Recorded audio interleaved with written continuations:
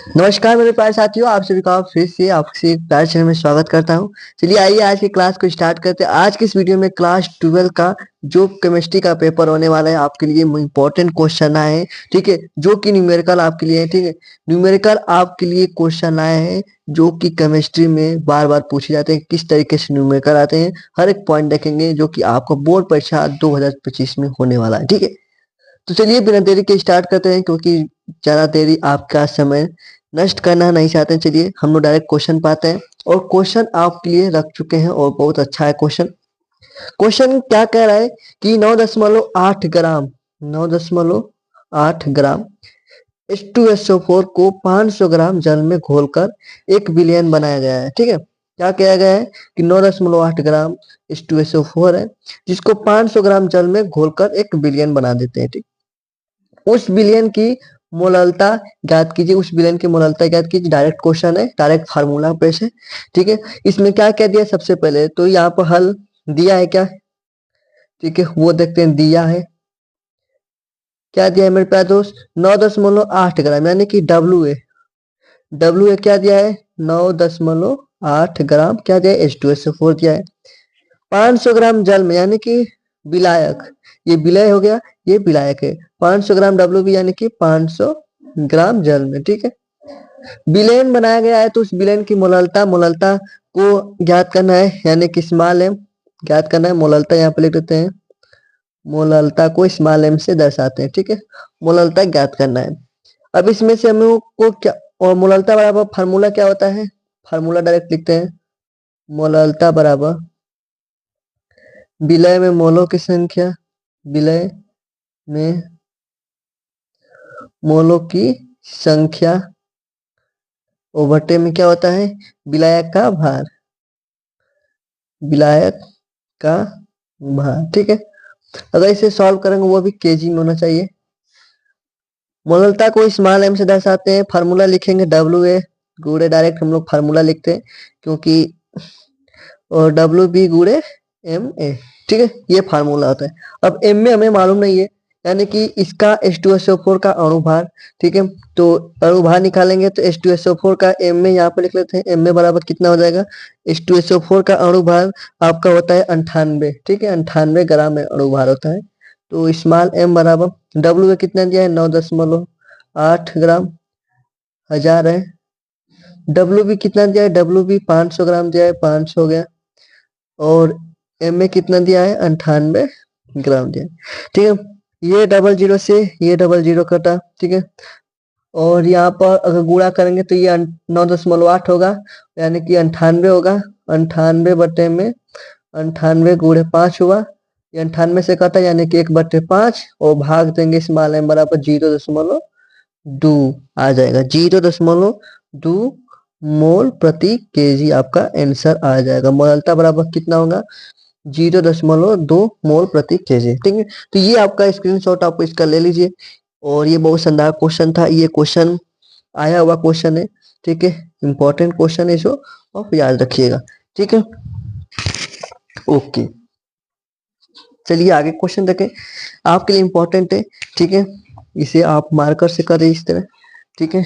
चलिए आगे क्वेश्चन देखते हैं। नेक्स्ट क्वेश्चन, क्वेश्चन क्या कह रहा है, चलिए भाई दूसरा क्वेश्चन कह रहा है कि 92 ग्राम सॉरी 92 ग्राम C2H5OH को जल में मिलाकर 250 ml विलयन तैयार किया गया है, ठीक है।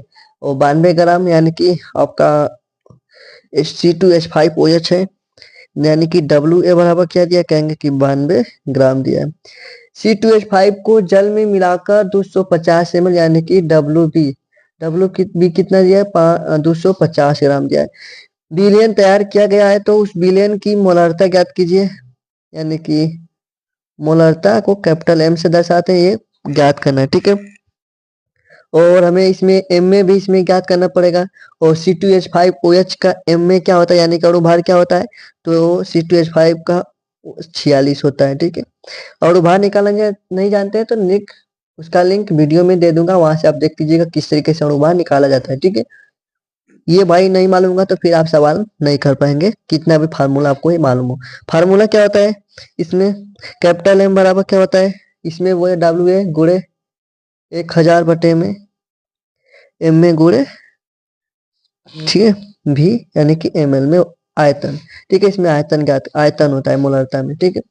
तो स्मॉल कैपिटल एम बराबर डब्ल्यू में कितना दिया, कहेंगे कि 92 है, और ये आपका 1000 हो जाएगा। एम में कितना दिया है, एम में 46 दिया है, 46 गुणे डब्ल्यू बी, यानी कि ये डब्ल्यू बी 250, ठीक है। 46 दुना के क्या होगा, 92, 2 हो जाएगा, और 25 दुना के 50, 25 चौके 100, यानी कि 4 बार में हो जाएगा, यानी कि 4 दुना के 8, 8 मोल प्रति लीटर आपका आंसर हो जाएगा। मोलरता 8 मोल प्रति लीटर। हाँ जी, स्क्रीनशॉट ले लीजिए, ठीक है। इसका भी स्क्रीनशॉट आप ले लीजिए, ये भी आपके लिए इंपॉर्टेंट है, ठीक है। इस तरीके से 2 क्वेश्चन आपका कंप्लीट हुआ, क्योंकि ये 2 क्वेश्चन आपके लिए अच्छा, वेरी वेरी, इसका भी स्क्रीनशॉट ले लीजिए। जी हाँ, आसान है, डायरेक्ट फार्मूला बेस है, तो आपको कर लेंगे, और ये आपका 3 नंबर में पूछे जाते हैं फार्मूला बेस, ठीक है। अगर अच्छे से फार्मूला बेस थोड़ा घुमा कर आएगा तो आपको बताएंगे अभी नेक्स्ट, आगे चलकर देखते हैं क्वेश्चन किस तरीके से, और भी क्वेश्चन है, ठीक है।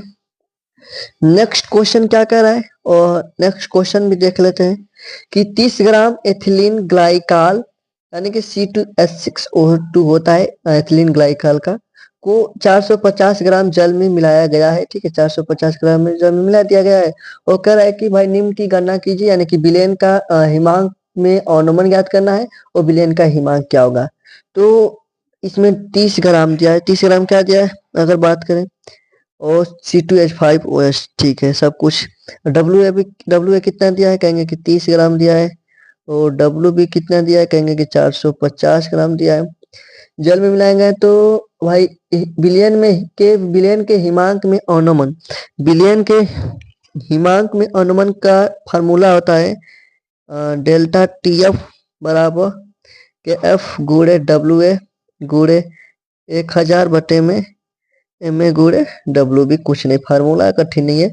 डेल्टा टी एफ पूछ रहा है, के एफ कितना दिया है भाई, देखिए के एफ क्या होगा।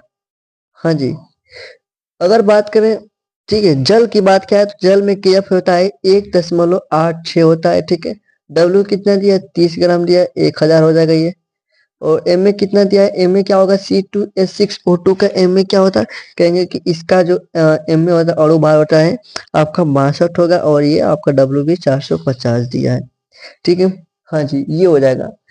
कैसे हुआ ये के एफ, भाई जल में आपका जो हिमांक होता है 1.686 होता है के एफ का मान, ठीक है। कटा दीजिए, अगर ये 0 से ये 0 कट गया, ठीक है। अगर 1.86 में 100 का गुणा करेंगे कितना होगा, डेल्टा टी एफ बराबर, गुणा करेंगे तो 186 गुणे 30 बटे में 62 हो जाएगा, गुणे 45, ठीक है। 62 का 62, 62 3 बार में कटेगा, और ये 15 तिया 45, 15 15 दुना के 30, यानी कि डेल्टा टी एफ बराबर 2 आएगा, ठीक है। हाँ जी, डेल्टा टी एफ बराबर क्या हो जाएगा, 2 केल्विन आपका आ जाएगा डेल्टा टी एफ का मान। हाँ जी, डेल्टा टी एफ बराबर 2 केल्विन आपका, स्क्रीनशॉट ले लीजिए। ओके, आसान है, ये भी कठिन नहीं है। देखिए हम पहला निकाल दिए, ये पहला का था, और बिलियन का हिमांक आप लोग आंसर में कमेंट में बताएंगे बिलियन का हिमांक क्या होगा, ठीक है। देखते हैं इस बार कितने लोग कमेंट में बताते हैं, और जिनका कमेंट में भाई पहले कमेंट आएगा उसका ऊपर आपका जो पोस्ट वाला होता है ना, उसमें आपका नाम दिया जाएगा, ठीक है। चलिए नेक्स्ट क्वेश्चन देख लेते हैं, वो भी बहुत अच्छा क्वेश्चन है। अगला क्वेश्चन क्या कर रहा है कि किसी पदार्थ के 7.5 ग्राम को 75 ग्राम जल में घोलने पर जल के हिमांक में 1.2 डिग्री सेल्सियस का अनुमान हुआ, ठीक है। अगर कह रहा है कि एक किसी पदार्थ के 7.5 ग्राम को, ठीक है, 75 ग्राम जल में अगर घोल देते हैं कोई भी पदार्थ, तो उसका हिमांक, जल के हिमांक में 1.2 का अनुमान होता है, ठीक है। तो पदार्थ का आणविक द्रव्यमान ज्ञात कीजिए, आणविक द्रव्यमान ज्ञात करना है। हाँ जी, आणविक द्रव्यमान ज्ञात करना है, ठीक है। हाँ जी, कैसे करेंगे, हाँ जी, बहुत आसान है। और अगर हमको आपसे, हम लोग 3 क्वेश्चन अभी किए हैं, और ये आपके लिए अगर हम बात करें होमवर्क हो जाए तो, ठीक है। होमवर्क में आपको ये क्वेश्चन दे रहा हूँ, और इसे होमवर्क में आप क्वेश्चन बताएंगे क्या होगा, इसका आंसर आप लोग कमेंट बॉक्स में कमेंट करेंगे, ठीक है।